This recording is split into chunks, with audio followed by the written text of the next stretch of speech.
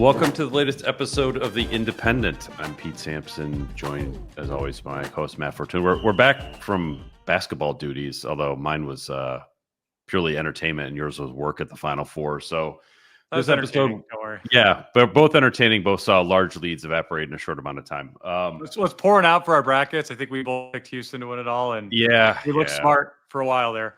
They look good. It looked good. It's what when you get a bunch of people out there. I can't remember what I saw on Twitter. It was like, it looks like Houston practices are just punching each other in the face. Those were some old men playing basketball. But we're going to talk a little Notre Dame spring game. Blue Gold game comes up on Saturday. I had an open practice last weekend that I attended. Roughly 2 hours of everything that you could want to see, you saw. And then we'll talk a little bit of NFL draft preview, since the longest run-up of any sporting event is now just 2 weeks away from actually happening. My colleague, Daniel Brugler, The Beast is out this week. Please check it out if you're a subscriber to The Athletic. But Matt, spring game on Saturday. I'll be there. It may be one of the least headline-y spring games that I can remember in 20 plus years on the beat, and that's with a quarterback competition. So I don't know what's intriguing to you about Saturday, but take it where you would like. That they're having a game. That's intriguing. Yeah. I mean, a lot of schools are not anymore, and I don't really blame them. But I'm glad Notre Dame's doing something, if only for the to engage the fan base and open it up and give Peacock some content and give us stuff to write about. I mean, we just got the game notes right before we hit record on this thing, and I had wondered what's going to happen with Team McCullough now that he is off to the Las Vegas Raiders, and it's just offense defense. Mike Denbrock against Chris Ash. So the scoring system sounds pretty rudimentary. 6 points for a touchdown. Here, I'll read it real quickly. Offense. Don't read the defense, please. Don't read it. I was like, that's the only one that needs explanation, because you don't actually know how they get points. 1 point for each first down for the offense, 2 points for each play over 20 yards for the offense, 2 points for 2-point conversion, 3 points for field goal. The defense actually has a lot other opportunities, like we're going all the way down the list here. 2 points for a fourth down stop in plus territory or a missed field goal. 3 points for a fourth down stop in minus territory. So I almost feel like there should be three. With those rules, there should be 3 teams, right? There should be a special teams team as well. But the blue, white, and green, or blue, gold, and green spring game will make a little bit more sense. But quarterbacks will be there. They won't be live, but I mean, that's obviously worth monitoring. I mean, even last year, we knew Ryan Leonard would be the starter. He did not participate in the spring.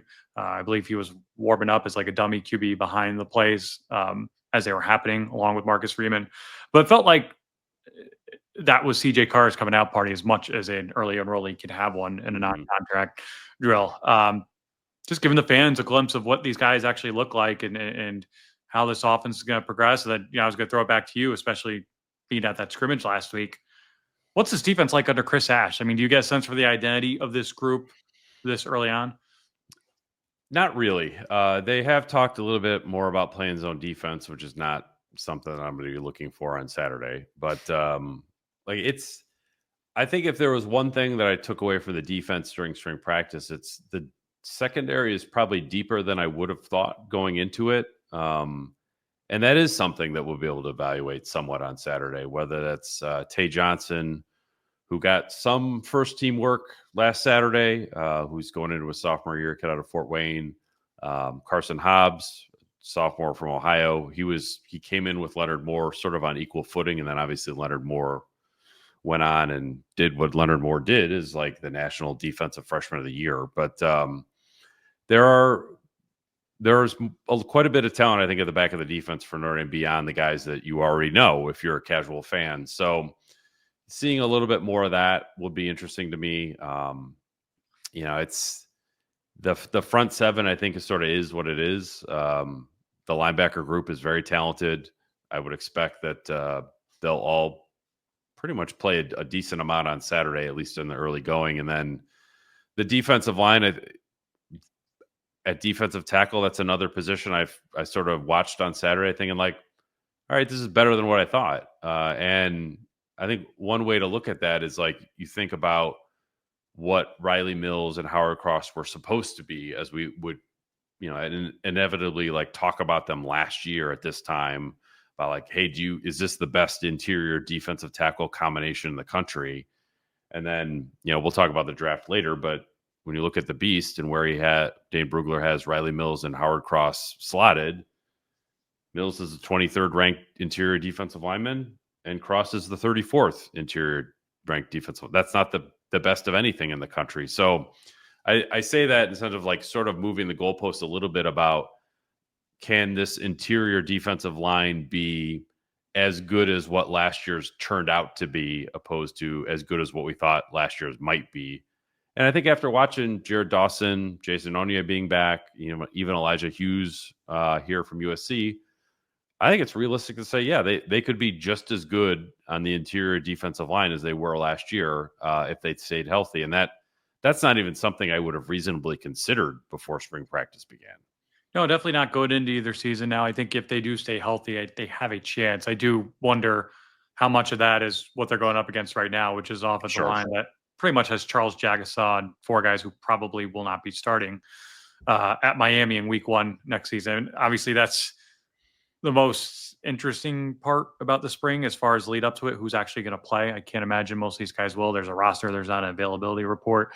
But, to go back to what you touched on the secondary earlier, it's pretty crazy to me, and I'm not sure it's talked about enough, just how this program has remade itself back there. Between what they have coming back this season, what they brought in the transfer portal, and then referring back to the beast, you've got the number 3 safety on Dane Brugler's draft board and Xavier Watts.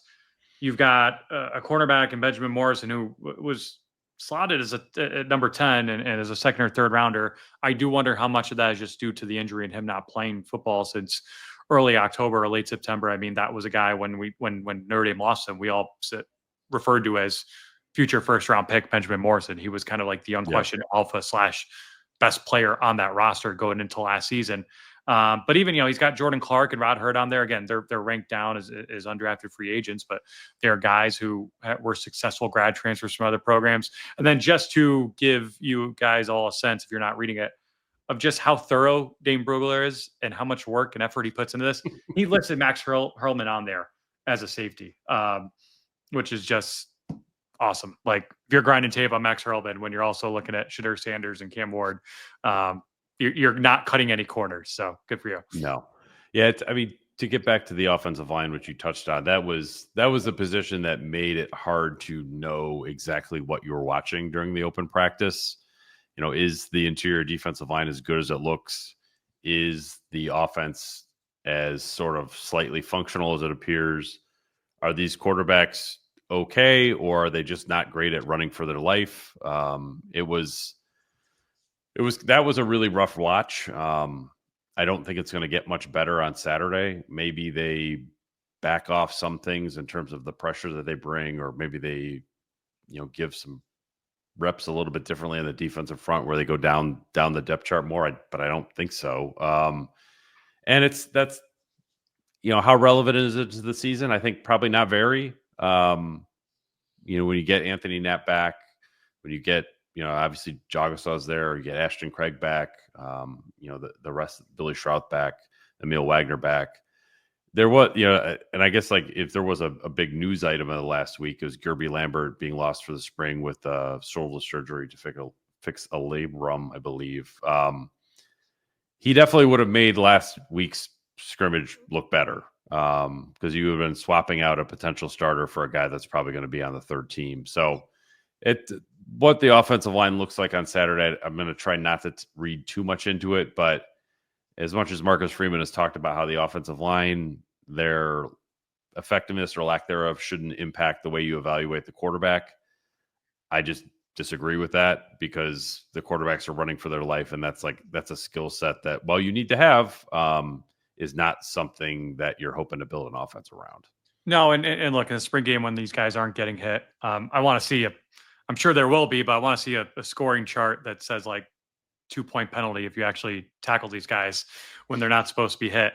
It's going to be tough to get a read on that. Although, think about how badly we felt about that group, the offensive line group, at this time last year. Hell, Yeah. week one of last year. Like it was up going into A&M against that defensive line. A couple guys already hurt. Hang on for dear life. I feel very confident in the talent on this group. I just don't think we'll get a chance to see any of it together until August.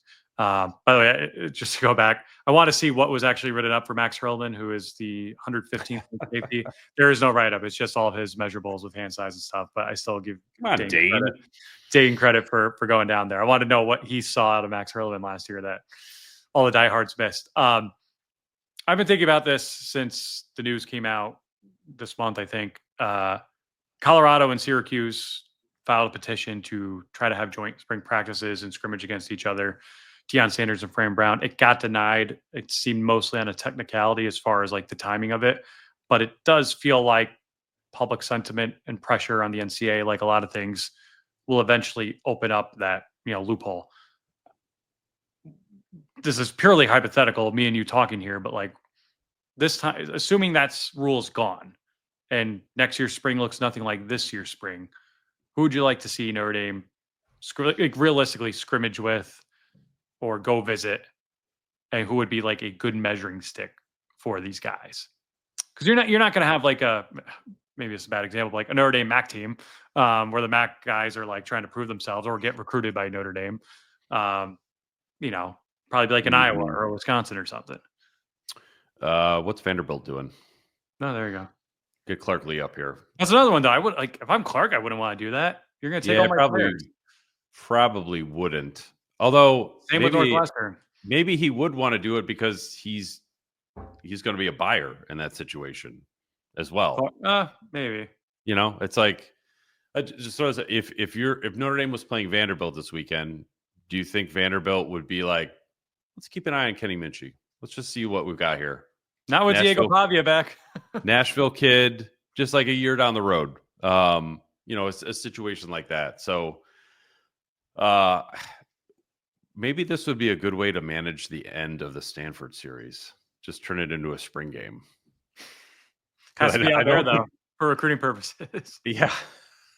Yeah, the game is only at Stanford. Frank Reich back in Indiana. Like, are they even having a spring? I mean, they literally fired their coach 2 weeks ago. Yeah. It's hard to say on that one. I like the idea. I like the idea better of it being a preseason game. Like, do that in mid-August. Portal's closed. You can test out some things a little bit more. I'm guessing in that situation, it would be kind of I don't know if it would be televised as much as it would just be sort of like an open practice for the media, or like, I don't know how they would manage that, but I love the idea of kind of a preseason game more than a spring game being sort of a good on good situation, but it would certainly make this weekend more exciting than it's going to be. Yeah, I disagree just because I think with the season being as long as it is, you don't need to add any other like contact elements to it. The portal windows obviously make sense, but I think it would liven up the spring. I think, the way Colorado and Syracuse were talking about it, it sounded pretty cool as far as like an educational experience where they bring in speakers and they do stuff together. Even Fran Brown was like, they mentioned missed classroom time as part of their reason for denying this. And we were going to do more academic stuff with Colorado than we'd be doing like on our own here back on campus. So that's why I think, like-minded institutions, you're probably thinking a Northwestern, a Vanderbilt, et cetera. But I'd love to see them just go up against a Big Ten team that's close, drivable for everybody. And I don't think, I think the talent gap is close enough where you don't have to fear espionage, for lack of a better term, as far as poaching players and whatnot. Yeah, you had mentioned Iowa. That's probably the level of team that you would like to play. It's like a non-traditional opponent. Could you do like Minnesota or Cincinnati? They know some people there. Cincinnati would be interesting. But it would definitely juice the weekend in a way that I guess, like, I feel like would the casual Notre Dame football fan be sort of reawoken if Notre Dame was playing Iowa this weekend? I think so. Yes. Right? Like, don't you think? I think both the casual fan and the diehard, because the diehards, diehards are in either way. No, but the diehard's going to look at Jared Dawson having a field day and say, "Oh my God, our offense line sucks." Whereas if he does that against Iowa's offensive line or whoever, okay, maybe we have something here.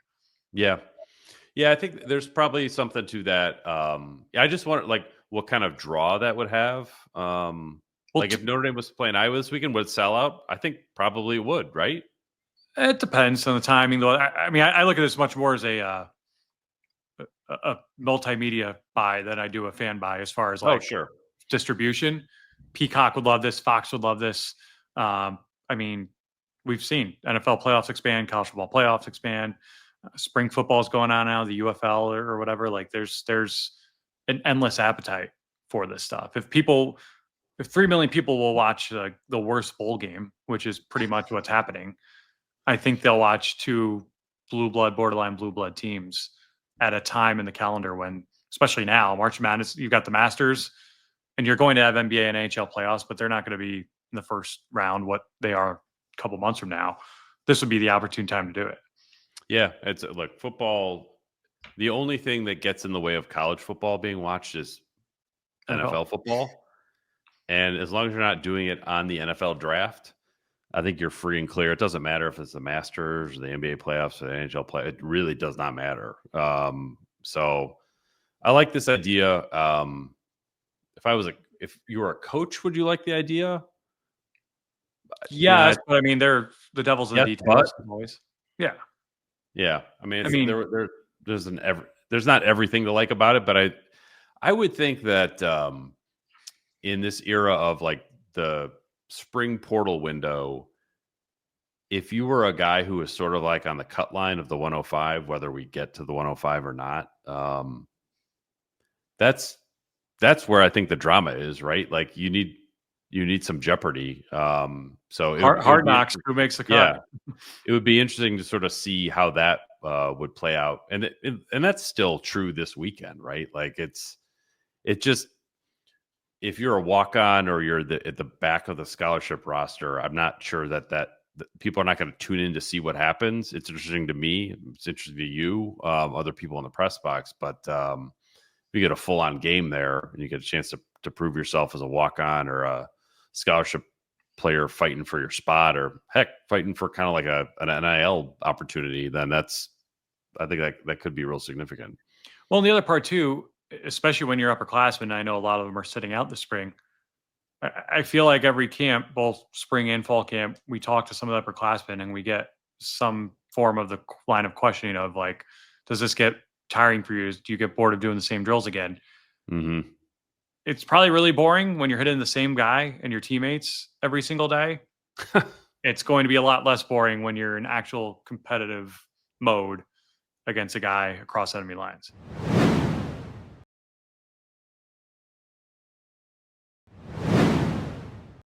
I mean, other on this weekend is like from the quarterback point of view, what's worth reading into it? What's worth keeping it in maybe a more casual perspective?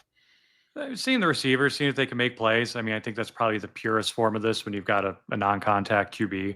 You had a story, I think, this week on that receiving core. And, it was interesting hearing Mike Brown's comments about Will Pauling probably knowing this offense better than anyone because he's played in it both at Cincinnati and at Wisconsin. Based on everything that's out there, I'd be shocked if he was suited up for Saturday's scrimmage. But, I don't have the lacrosse schedule in front of me. Will Jordan Faison be there? I don't know. Jaden Greathouse, probably. How are some of these freshmen and sophomores in particular going to try to show out in the spring game? There's always a, us in the media like the Junior Jabby Award, right? The spring breakout performer who's great one time in front of a packed house against his own teammates who we never hear from again. Who's that going to be? The highest attended spring game of all time. How many was that? 51,852. It's in the notes. The 2007 spring game, not ominous in any way, shape, or form. Well, that's why I like spring games for the communities. Like Big Ten schools get like 80,000 plus here. You don't think a small college town can benefit from that influx of people? I mean, I this was not by design, but when I visited Penn State in high school, it was spring football weekend. I was like, wait, this place is like crazy for April, not understanding what it was all about. So Yeah, I mean, I think that's cool. I mean, hopefully the weather's all right. You just never know. I mean, last year looked like it was going to be good, and then it was windy and cold as hell when you were actually outside. But I think that will play a big role in it. But yeah, it should be a fun weekend for everybody. And will this be the last of its kind? I don't know. Again, I'm glad they're still doing it.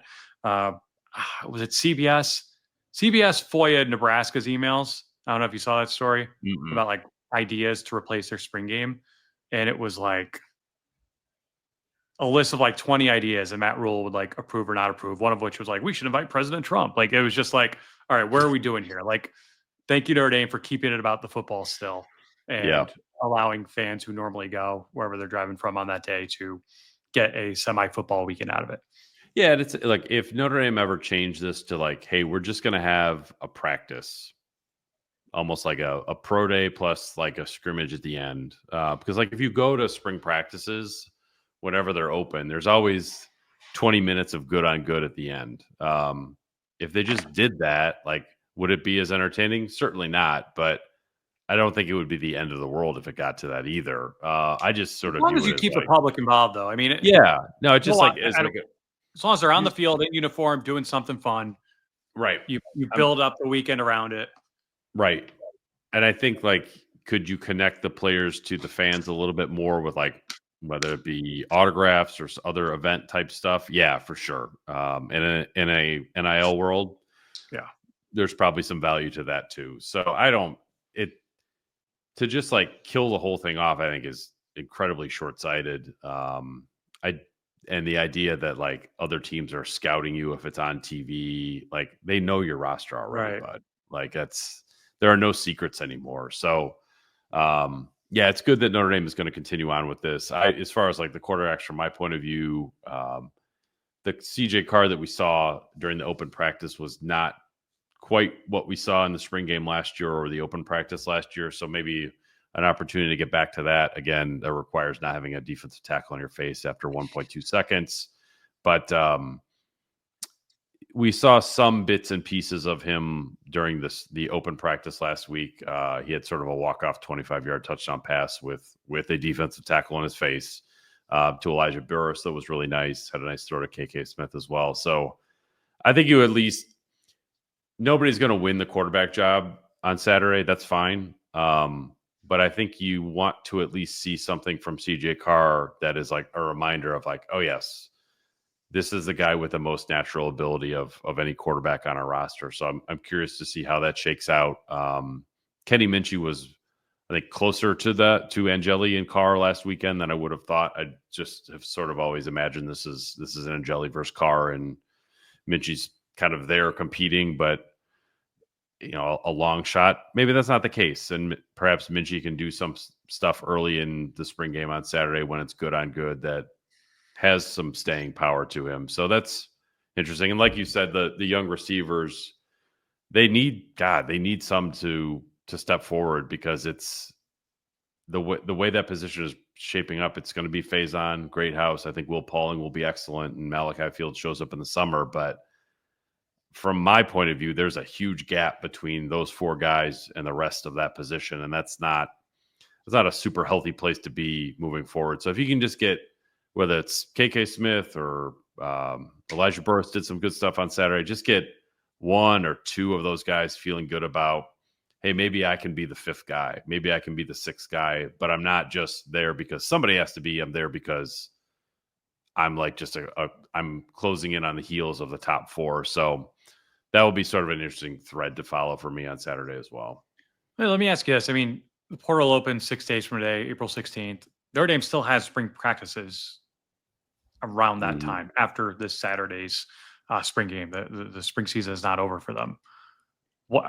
What's the protocol, right? If you're Marcus Freeman, as far as like exit interviews for the spring, do those just take place right after the game because the portal's opening and people want to know where they stand? Because whether it's a walk-on we've never heard of or Kenny Minchey, people will be in the portal.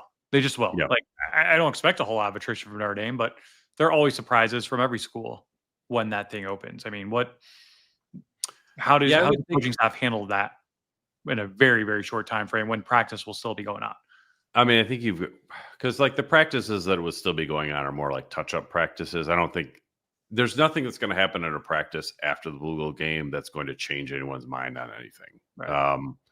So you can have those meetings right away. I'm with you. I don't expect a whole lot of volatility outgoing, certainly not incoming in terms of the way the roster is put together. So, but this is kind of one of the things that, Freeman has talked about is, the quarterback situation will resolve itself when it resolves itself, or I'm not going to set a timeline on stuff, or you shouldn't be worried about an uncertain future. And I get all that. But if I'm Kenny Minchey, am I number 3 or not?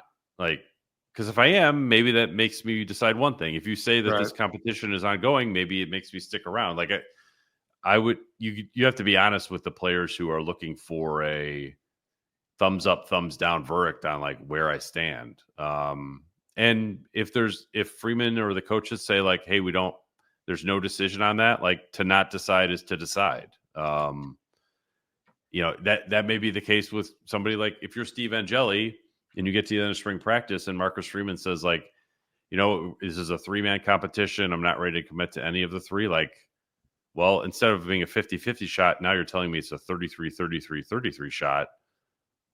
Maybe that changes your perception on something. So I think immediately after the spring game, the ball's sort of in the player's court to like press the issue with the coaches about like, where do I stand? And if I don't, or you don't know, you got to let me know.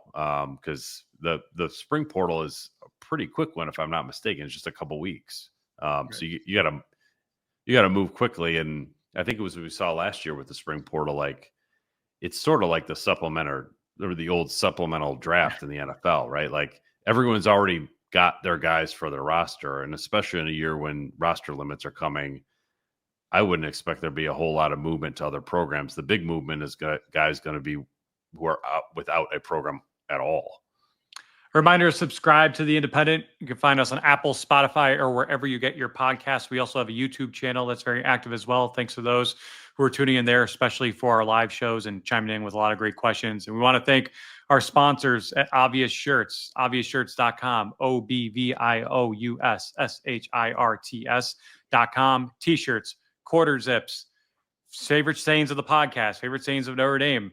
You name it, they got it. We've been very pleased with the sales and the response from the fan base with our partnership with Obvious Shirts. Let's keep it up. And thank you again to our partners at Obvious Shirts. Also, thank you to Roback. Go for all your outdoor and athletic gear, quarter zips, polos, joggers, shorts, hoodies. I've got one on right now. You go to roback.com. That's RHOBACK.com for 20% off your first order with the promo code Irish.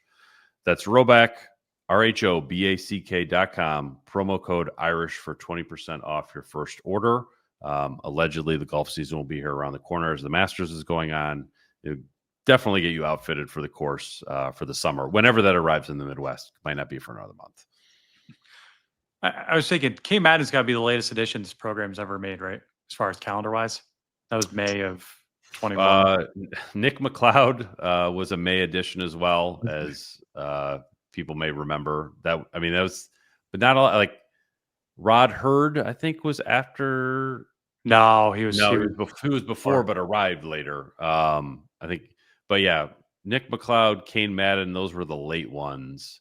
I could be forgetting one. And like, look, Nick McLeod obviously really worked out. But I also think like 5 years ago is an eternity, or 10 years ago is an eternity in terms of like how the portal was managed and like what you could do as a grad transfer. So I just look at this roster and it's like, where would you spend the money on to enhance it? And how much would you be willing to fork over for? I don't like, there's not a hole on defense that I think I would really push for. Special teams, I think, is fine. Offensive line will be fine. Running back, you have too many. Wide receiver, you're set. Tight end, you're short. But you have Ty Washington coming from Arkansas in the summer. Quarterback, that would be a mess if they added somebody. So it's a really good roster. We talked about this a lot last year as the playoff was going on. In particular, like I think Marcus Freeman and his personnel staff have done a great job managing the portal to like round out the staff. And they're able to do that because they don't need to use the portal to like fill glaring, terrible holes with like 15, 16 incoming players. So they do a really nice job of that. And I would expect that they got all their work done in December and January. So you don't have to do your work in April and May. The Mosley kid from Stanford commit yet? The Notre Dame legacy receiver? I have not, as we record this on April 10th, I have not seen where he would end up.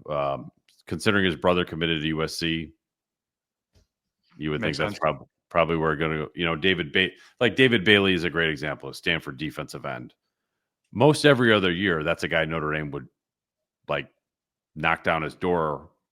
This year, with Patello, Traore, Bryce Young, Burnham, Logan Thomas, it's not because they've done a good job recruiting that position. So there's not, unless the Stanford equivalent of like Ben Urasek last year who ended up going to Georgia.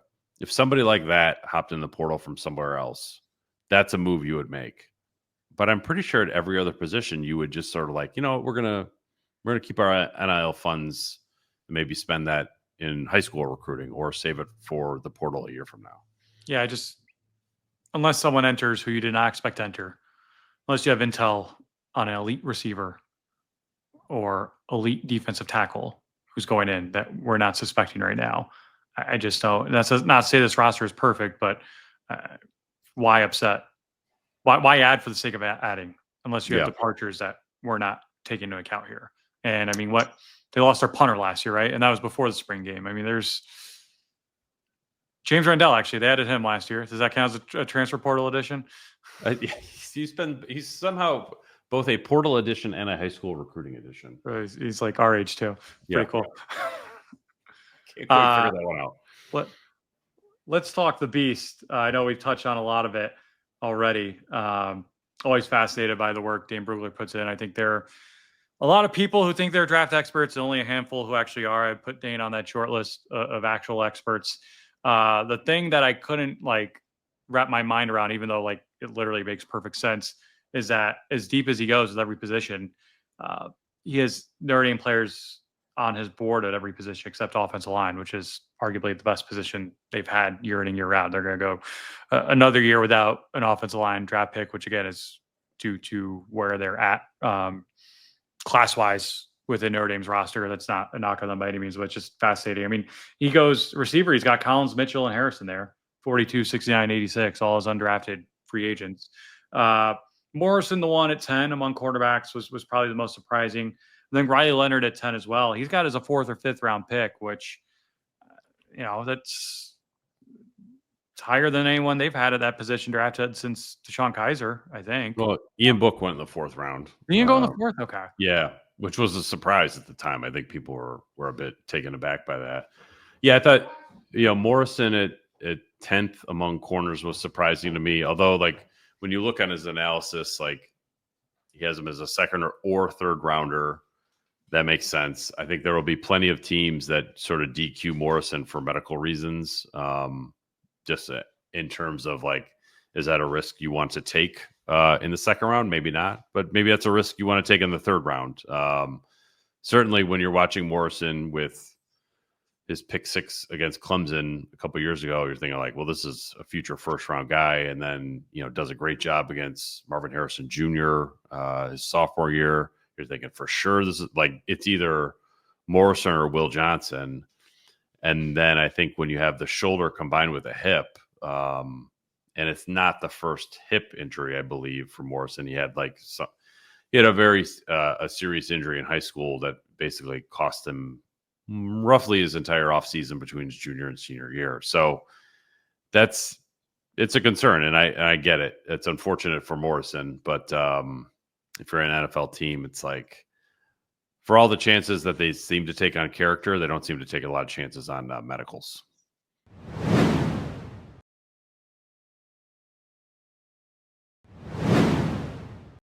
Speaking of medicals, number 9 tight end Mitchell Evans, who again, I think there are going to be some health concerns there. And this is a loaded tight end class. I can't remember one as deep as this one. But that's a guy I could see having a very long, very successful NFL career, even if he's not filling up the box score. Yeah, and I think that's how Brugler described him, sort of like the second tight end in your 12 personnel package. And look, Brock Wright has carved out a pretty nice career in Detroit by being that. Durham Knight's still in the league. I mean, yeah, Durham Smythe's still in the league. Jack Kaiser, number 12 among linebackers, 4th or 5th rounder. Basically, you might not love him if you're an NFL GM, but you're gonna not be able to cut him. I think that's basically how teams are going to view Kaiser. Xavier Watts, 2nd rounder, number 3 among safeties, which sort of tells you how that position's valued versus corners, where Morrison could go in the 2nd round as number 10 among corners. We already talked about Mills and Cross a little bit, but yeah, I mean, Riley Leonard, I don't get it as a pro prospect. I think he was a great college player, but man, I just like his skill set translating to the next level. I have a very difficult time seeing how that works. he reminds me of Kaiser in the sense of like, once he gets into camp, he's not going to let you cut him. Now, does that mean he's got to switch positions? I don't know. I see strictly on the football field a lot of Tebow in him as far as the way he plays. Not as big and strong, but probably definitely faster. Like he's just going to be a hard guy to get rid of. Now, is that a guy that an NFL GM wants to put a 4th or 5th round draft pick on at quarterback? I have a hard time seeing it as well. But I could see 6th or 7th round. I could see he's the type of guy who strikes me as he would do anything just to be a part of a team. And if that means, will he be the next Taysom Hill? No, but I think that might be like a good guy for him to circle and look up to as far as how can I carve out an NFL career for myself. I mean, for a team that did not run the option, Notre Dame last year, to run him, 14 times on the first drive against that Ohio State defense. Nine carries. I'm sorry. Yeah, maybe I'm concussed like he might have been after that one. 14-play drive. 14-play drive, that's it.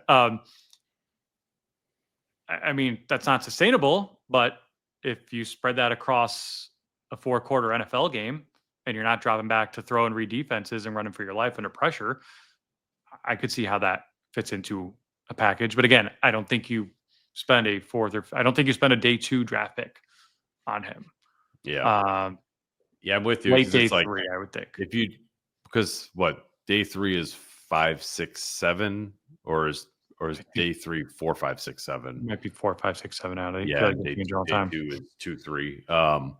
Yeah, because Leonard's rushing ability is so unique that I think it would actually work in the league as a package. It would not work in the league as a starting quarterback, but it's like so many of these. It's like it's not the same thing as Owusu Koramoah, but like Owusu Koramoah was sort of like if you can get a creative defensive coordinator who can figure out a way to utilize a unique skill set that either is going to be a hybrid who can give you a little bit of everything, or a tweener, which like doesn't quite give you enough of either thing, you're going to have success with him. And Cleveland figured out a way to use Owusu Koramoah as a hybrid player.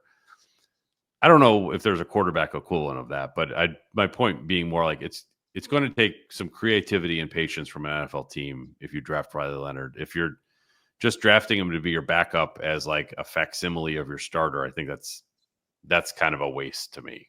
So hopefully wherever he ends up, it's a spot that like has some creativity on its staff about like, okay, here's what we can actually use this guy for.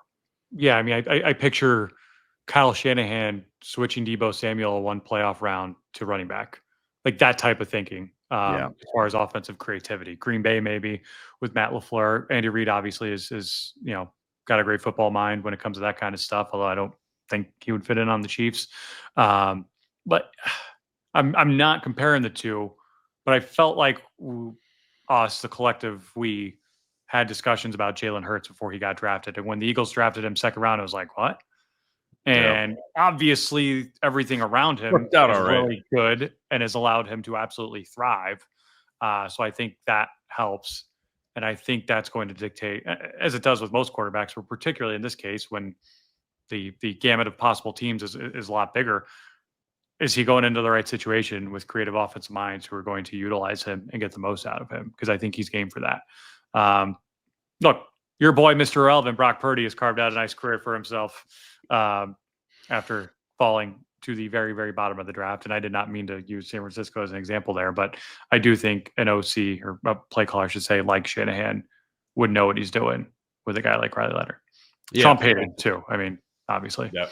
That would be an interesting one. I mean, it's like Riley Leonard backing up Bo Nix makes a lot more sense than Riley Leonard backing up Patrick Mahomes. Andy and Buck. Or no, Buck's Philly now. Sorry. Yeah. So you just got to find some creative options there to make it work. So the draft is 2 weeks away. We were talking about this before we recorded, like kind of light on the intrigue this year. Maybe similar to the spring game, but we'll see. It's I'm interested to sort of see how high Xavier Watts goes, because I think there was one mock draft that had him going to the Ravens, which would be kind of hysterical. It's like teaming up with Kyle Hamilton, but that's the probably, aside from the quarterback stuff, because quarterbacks are always the most interesting just by rule, how high Xavier Watts can go as like a hell of a college player who maybe doesn't have the measurables that are going to jump off the page, if you're an NFL GM, but I don't know how much more productive you can be at a very, very high level to prove that you belong at the next level in a starting position. Yeah, I felt like last year was at an all-time high with all that quarterback intrigue, 6 guys going, I think, among the top 12 picks. I'd say close to that many would probably be picked first in this draft among last year's group. I mean, I do think Cam Ward is really, really good. I don't know if he's a generational prospect. We'll see. But Shedeur Sanders, just based on what you hear out there right now, wouldn't surprise me if he goes 3. It wouldn't surprise me if he falls to the end of the first round. I mean, it just seems to be a wide array of opinions on him right now. And I think we've seen franchises in the past marry themselves to quarterbacks out of circumstance more than love. And that doesn't always work out, and you're kind of stuck with them. So we'll see how that plays out. I'm sure people who heard me say that every position except offensive line was covered Notre Dame-wise by Dane Brugler and wondering, what about running backs? Yes, Devin Ford is his 112th ranked running back. Again, guy spares no inch covering everything here. Hey, Devin Ford could be a safety, maybe. I don't know. Yeah, he was for like a couple weeks, I think. Maybe there's a future special teams defensive back for Devin Ford, but I don't know if you have anything else to add or any good Final Four stories from your time down in San Antonio. Nah, nothing. I mean, San Antonio's fun. It was my first time there, and I got like a tame. The Riverwalk was really a lot cooler than I thought it would be. I don't know how more people don't fall into it because there aren't really any like actual guardrails there when you're walking, and everyone there's had a few in them. Got like Amsterdam by day, New Orleans by night vibes there. Not as crazy as either city, but good time was had by all. And 3 great games after a very, what we hoped for, right? A pretty underwhelming tournament as far as upsets. Hopefully we'll make for great competition when the 4 big dogs get to the same table. And sure enough, every single team that was winning at halftime among those 3 games ended up losing. So heart still goes out to Houston. That was a tough locker room to navigate after. Great locker room to navigate after the Duke win. Tough one to navigate after the Florida loss, but it was a very, very cool tournament, and maybe we could do a live show around it in Indianapolis next year when it's back in the Midwest. Yeah, I think that's a good idea. Andy and Ari had one down there, and I don't know if Ari knew who was actually playing. So, I think we would bring a little bit more basketball knowledge to the table than our good friend Ari. Maybe their name will be there. I don't know. I mean, shoot, I hope they are for Micah Shrewsbury Shake, or at least to it. That would be a hell of a comeback story too. Well, not final. I meant tournament. Sorry, I was going to like, good. You're really I hope they're in the tournament for his sake next year. Yeah, I think I'll be curious to sort of see where things go with the transfer portal with men's basketball, but and women's basketball, frankly. But Olivia Miles at TCU, right? That broke history, I think. Wow. Talk about adding insult to injury, Horned Frogs. Yeah, there's that. The transfer portal era is well managed as it seems to be for Notre Dame football. The basketball program's They got to get on the move here. So I I don't know was if in, we'll do a podcast on that though. I was in the airport and forget who was like, "Hey, did you see Malone and Booth got fired?" I'm like, "Oh, Kerry Booth, yeah, was committed to Penn State, went to Notre Dame, transferred to Illinois, and apparently he's at Colorado State now." So I covered a few Illinois games and he never came up. So I'm like, wait, I guess he's not playing. Yeah, probably would have been a good move to stay at Notre Dame, but it's neither here nor there. So, all right, well, we're gonna be off for a little bit, but I don't know if we'll come back at the end of next week or the week after, recap spring game, maybe a little NFL draft talk as well. Maybe we'll get Dane Brugler on the show too. So until then, he's Matt. I'm Pete. Thanks for being with us on the latest episode of The Independent.